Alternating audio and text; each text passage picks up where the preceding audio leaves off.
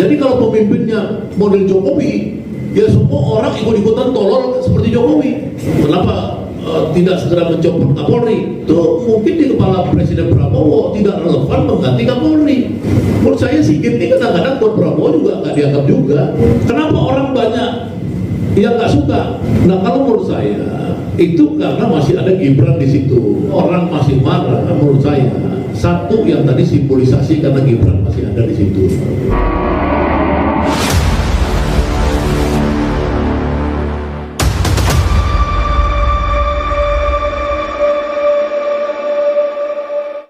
Nah bapak-bapak, ibu-ibu sekalian, pertama kan kita sebenarnya menganalisa ini semua karena orang banyak tetap mengaitkan dengan apakah Prabowo ini betul-betul tidak bisa lepas daripada rejim masa lalu, rejim Jokowi, khususnya Jokowinya sendiri, atau bisa lepas dan atau lepas sebenarnya. Nanti di situ baru masuk ke pertanyaan kedua, kenapa belum ada, kata Bung Edi tadi, sanksi atau pergantian ya, terhadap menteri-menteri yang dianggap tidak punya kapasitas atau tidak punya bobot. Ini yang harus kita jawab. Nah pertama kalau saya ditanya orang, saya yakin bahwa sejak diinstalnya Prabowo Subianto sebagai presiden 20 Oktober 2024, maka sesungguhnya yang hadir itu secara karakter sudah 180 derajat beda dengan Jokowinya. Itu udah pasti, karena seluruh ahli-ahli psikologi, ahli tentang manusia personal udah melihat sosoknya beda yang dua ini. Yang satu Prabowo muncul dalam sejarah perjuangan, pertarungan, sementara Jokowi muncul dalam sejarah bagaimana politik itu pemimpinnya cuma jadi puppet, jadi boneka. Ya kan semua orang tahu bahwa dulu Jokowi adalah boneka dari para taipan dan pengembang-pengembang oligarki dan lain-lain. Dan kemudian muncul sosok Prabowo yang memang dia bertarung. Jadi dari karakter ini saja tentu kita udah tahu bahwa sejak tahun 2024 Prabowo menang, yang kalau kata teman-teman model Anton Permana itu kemenangan yang dengan cara merayap. Nah, karena Prabowo itu punya banyak pengalaman kalah, kalau dia bertarungnya terbuka maka dia bertarung secara merayap. Tapi karakternya dia sebagai pemimpin pasti 180 derajat beda dengan Jokowi. Maka kemudian kalau pemimpinnya itu berbeda maka pasti ada change, pasti ada perubahan. Nah baru kita yakin apakah Prabowo-nya ini memang yang salah atau memang ada satu tantangan yang memang cukup besar. Yang kadang-kadang kalau kita lihat teman-teman lihat pidato presiden misalkan, dia bilang, oh kamu saya nggak punya tongkat Nabi Musa.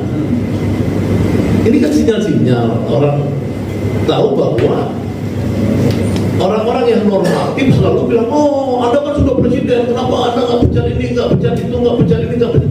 Ya karena orang-orang ini sekolahnya kurang cukup. Termasuk gua itu. Karena kalau sekolah cukup itu bukan hanya sekolah misalkan atau mana doktor, ilmu pemerintahan, bukan itu saja. Dia harus sekolah di alam juga, di dunia kangau, di dunia bagaimana kekuatan-kekuatan itu bertarung.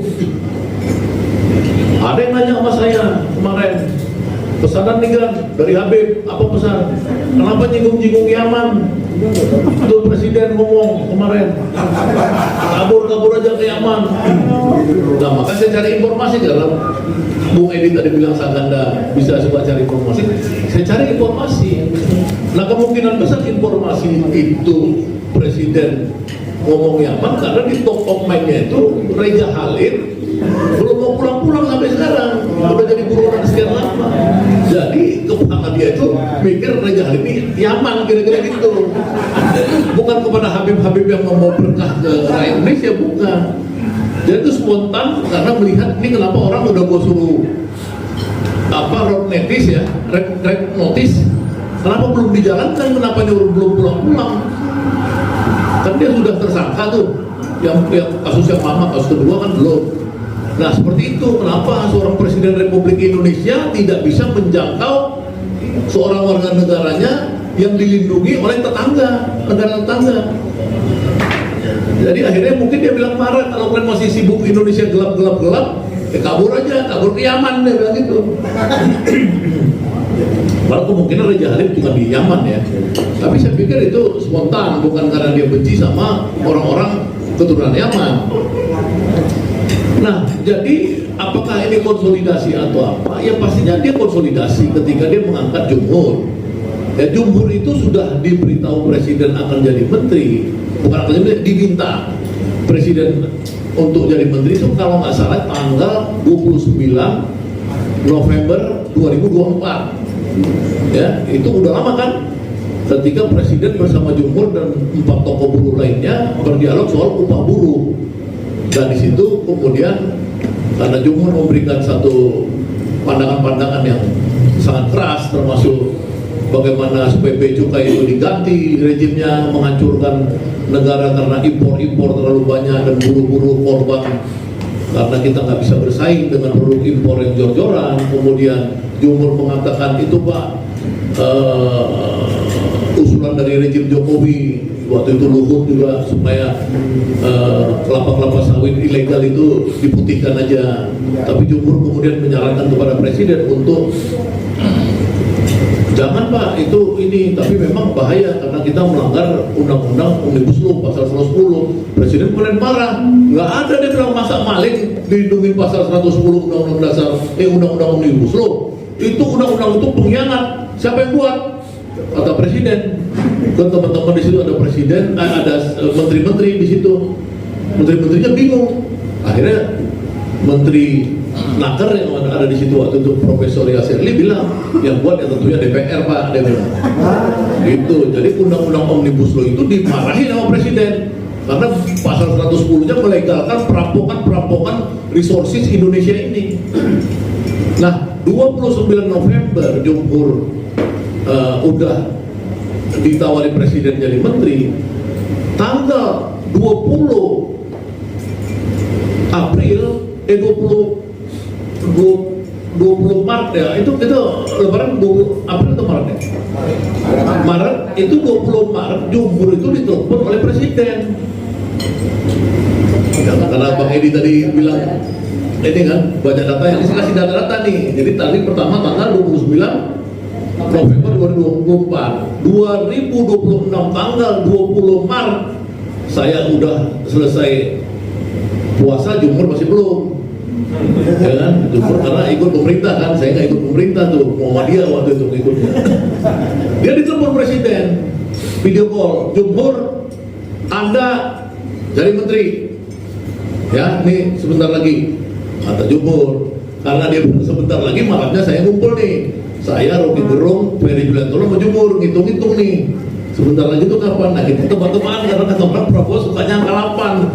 Tebak-tebakan lah, berarti tanggal 26 nih. Nah mau sebentar lagi, karena sebentar lagi dia bilangnya. Hitung lagi, pokoknya semua angka 8 lah. Tahunya kemarin yang kejadiannya tanggal 27 angkanya SBY bukan angkanya Prabowo. Karena mungkin Jumhur orangnya SBY dulu kali ya. Nah itu tiga tanggal itu. Nah orang bilang 1:33 karena kita mengukur orang itu kan dihitung orang itu siapa.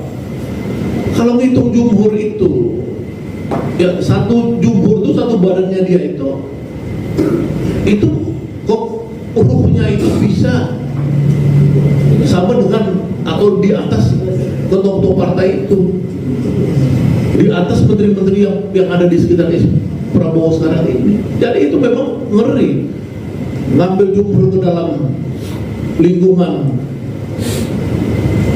rejim itu pasti untuk kepentingan Prabowo melakukan perbuatan persekutuan agar energi mereka dalam teori fisika, karena Jumhur di sekolahnya fisika teknik itu adalah bagaimana resultante antara Jumhur yang mewakili satu kelompok progresif ideologis revolusioner bertemu dengan Presiden Prabowo yang juga presiden yang revolusioner, maka itu terjadi resultante dan dasar boom gitu loh. Maka semua orang bingung kenapa ada Jumhur, tiba-tiba Jumhur bisa bawa Rocky dan Saganda masuk ke istana. Ya kalau menteri lain dilatih, dia kan daftar aja. Yang datang nanti anak, istri, apa keluarga apa enggak. Jadi waktu Jumhur bilang sama presiden, boleh nggak Pak saya bawa keluarga saya? Siapa keluarga kamu? Namanya Rocky Gerung sama Saganda Pak. Loh, hubungannya apa? Ditanya sama orangnya presiden. Oh ya udah gini. Jumhur itu punya paman namanya Rocky Gerung. Nah sekarang gitu.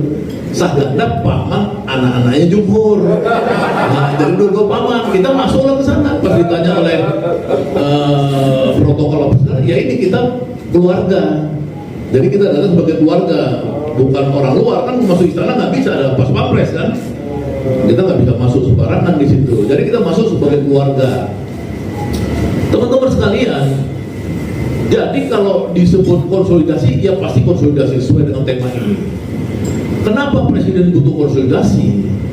Karena pertarungan dia terhadap oligarki, terhadap orang yang membuat undang-undang omnibus law, terhadap kekuasaan-kekuasaan yang menghancurkan Indonesia baik dari dalam maupun dari luar, itu terus berlangsung dan dia sadar itu.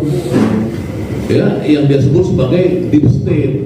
Deep state itu menurut Prabowo adalah kekuatan-kekuatan ya yang dia itu tidak kelihatan di dalam permainan negara, tapi dia bisa mengendalikan negara. Itu baik secara lokal maupun secara internasional. Nah ini yang membuat Presiden membutuhkan Jumhur untuk konsolidasi dia. Nah Bapak Ibu sekalian, apakah konsolidasi ini kemudian berarti atau tidak berarti dengan adanya 3 orang lain yang dilantik? Itu pertanyaan pertama.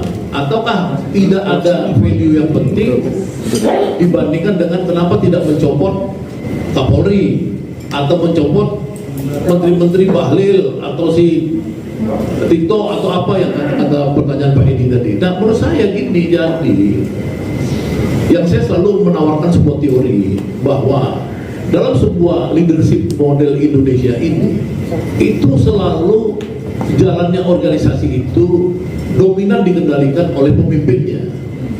Ya, jadi kalau pemimpinnya model Jokowi, ya semua orang ikut-ikutan tolol seperti Jokowi. Gitu loh. Nah, kalau zaman Prabowo, semua orang berubah menjadi macan, menjadi singa. Kan itu kan teorinya. Ya kan, kalau di dekat-dekat kambing, kita jadi kambing. Ya kan, dekat-dekat macan jadi macan. Nah ini menteri-menteri ini saya lihat memang di awal-awal yang 17 orang terutama yang diperkirakan dulu orang-orang Jokowi, lama-lama berubah. Dan saya lihat Bahlil juga kadang-kadang sekarang udah lebih pintar daripada kita nih. Bener loh. Yang kita nggak nyangka tadinya Bahlil kita lihat anggap remeh karena dia orang cuman penjilat-penjilat Jokowi, tapi saya melihat Bahlil kemudian berubah juga sekarang. Zulkifli Hasan berubah juga. Kenapa? Karena pemimpinnya itu berhasil mentransform mereka selama setahun ini dari orang-orang yang secara karakter, kapasitas dan lain-lain menjadi lebih performance. Ini penjelasan saya. Kenapa? Karena di zaman Jokowi itu tidak ada presiden memberikan satu dorongan agar orang itu menjadi pahlawan-pahlawan. Tapi di zaman Prabowo ini, Prabowo sering bilang, kalian kan menteri-menteri udah pada kaya-kaya, masa mau rampok lagi? Ya kan? Dan bahkan saya dengar banyak sekali uang pribadi Prabowo disumbangkan untuk kepentingan dana taktis kementerian, menteri-menteri dan pemimpin-pemimpin di pemerintahan, kepala badan dan lain-lain. Jadi banyak Prabowo menyumbang. Jadi dia nggak bilang, jangan kita mencuri uang rakyat ya sekarang. Jadi ini banyak diikuti.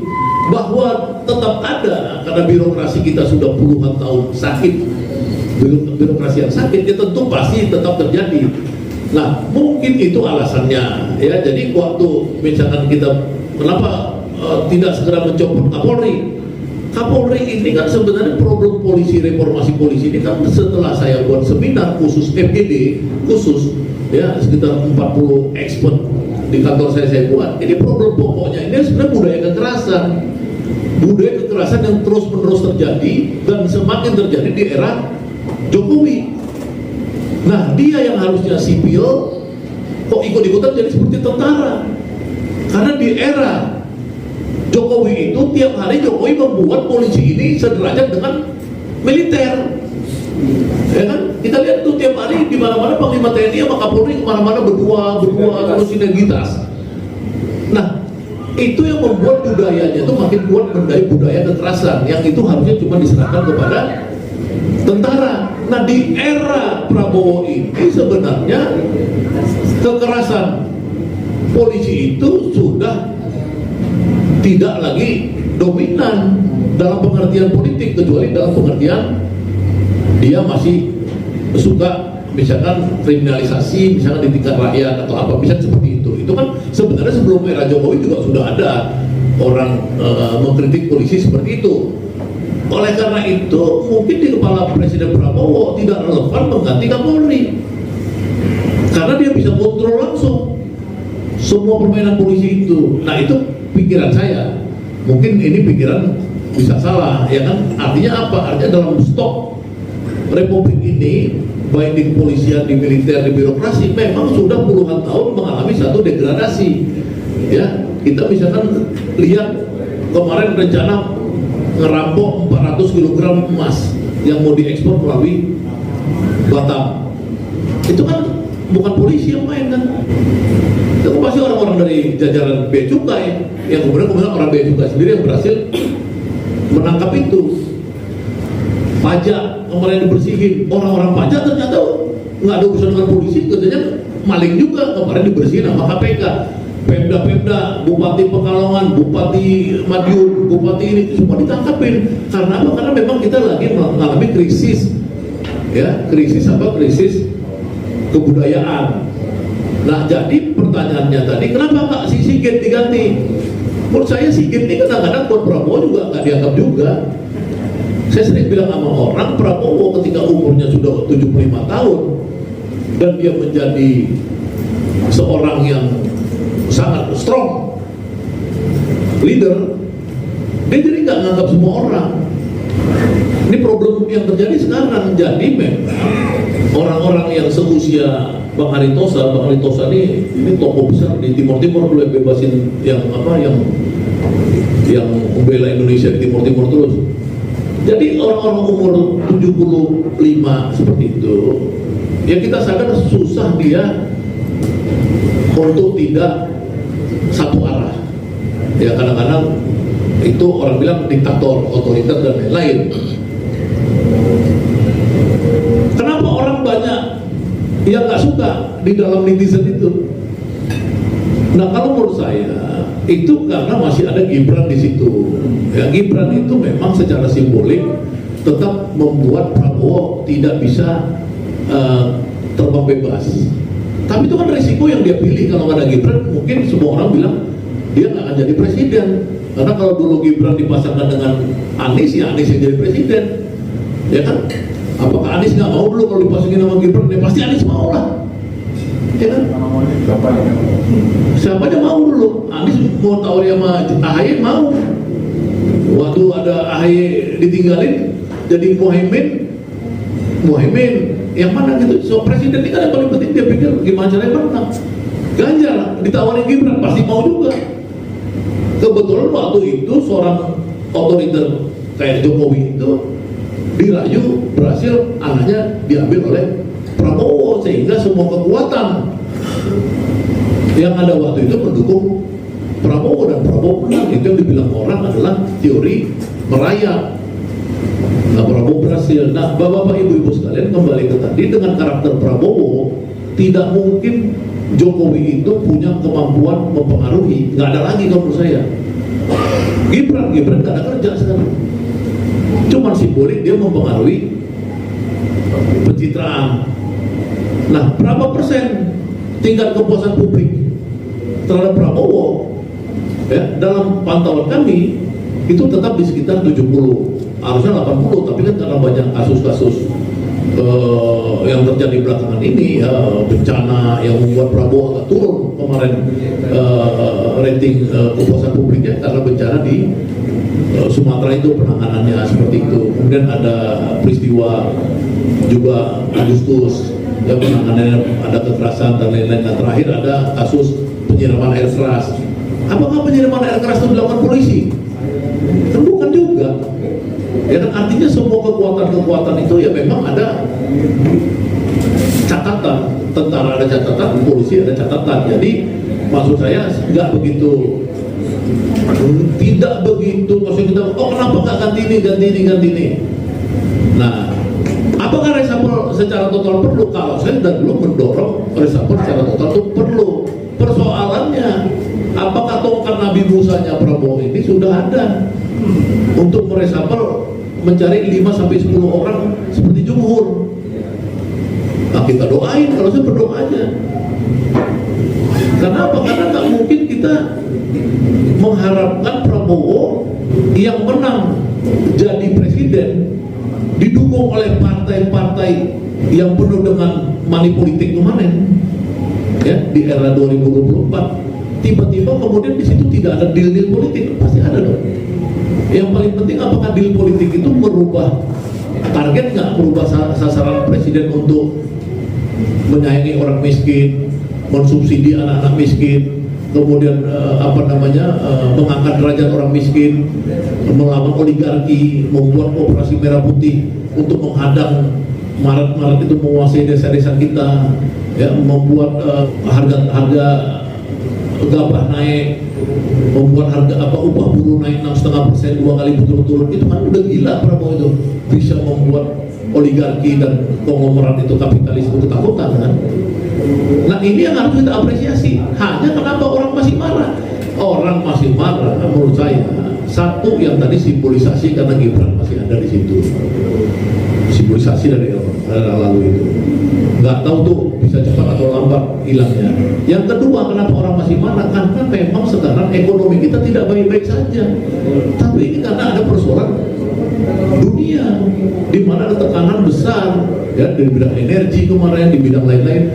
Nah, kalau misalkan Prabowo tidak berhasil secepat-cepatnya menciptakan lapangan kerja sebanyak-banyaknya, memang ini akan, kemarahan ini akan menjadi sangat lama dan sangat berbahaya. Tapi apakah kita sebagai rakyat tidak melihat bahwa Prabowo sedang melakukan itu? Ya, kita melihat. Saya melihat persoalan ada soal tata kelola, problem lain, MBG, ada penyerapan tenaga kerja cukup banyak di situ, ada ekonomi yang berputar, ada persoalan tata kelola, keracunan, penyunatan, korupsi, ada, ya. Begitu juga Koperasi Merah Putih dan lain-lain. Nah, ini tantangan. Nah, dari tantangan antara shifting paradigm Prabowo pro rakyat dengan tantangan yang tadi tata kelola masih kacau balau, apakah kita kemudian menjudgment bahwa Prabowo adalah presiden gagal? Menurut saya kalau diganti Gibran, ya kita lebih hancur lagi. Ini yang harus justru kita cegah, kita beri kesempatan. Toh kita masih bisa preparation 2029 kalau kita punya calon lain, ya kita siapin aja 2029. Jangan misalkan kita berpikir untuk mengganggu Prabowo, ya, dengan bahasa-bahasa yang, ya, teman-teman saya banyak, saya bilang, ini kenapa sih masih bilang Prabowo anti Zionis, Prabowo ini, gue bilang, lu gimana sih nggak pakai ini gitu. Ya kan, kalau kritik aja, Prabowo masuk BOP kita kritik karena begini-gini. Tapi jangan kayak kita ngelawan Jokowi dong. Ngelawan Jokowi ya dulu memang karena kita tahu dia itu produk daripada oligarki. Masa Prabowo yang perang sama oligarki pun kita masih kritik, kita rada-rada gila dong. Itu aja mungkin pikiran dari saya. Jadi dia konsolidasi, kemudian dia mengoptimalisasi, ya udah pasti gitu. Nah, kita berharap dengan pergantian jumhur ini marwahnya cukup besar. Jumhur ini satu dengan, ini kira-kira setara dengan 10 menteri, 10 menterinya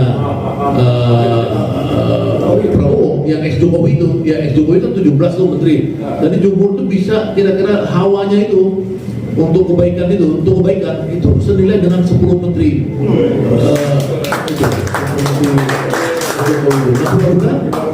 Mudah-mudahan ada perbaikan dalam waktu dekat. Mudah-mudahan presiden terus-terusan membuat jumhur sebagai pendamping dia. Karena kemarin saya lihat jumhur habis dilantik belum serah terima jabatan, tanggal 27 dilantik ya. 28 pagi udah langsung diminta dampingi presiden ke Banyumas dan beberapa titik Jawa Tengah. Kalau itu terjadi terus-menerus, maka Jumhur ini adalah teman berpikir presiden dan Indonesia ini akan cepat berhasil dan maju. Terima kasih warahmatullahi wabarakatuh.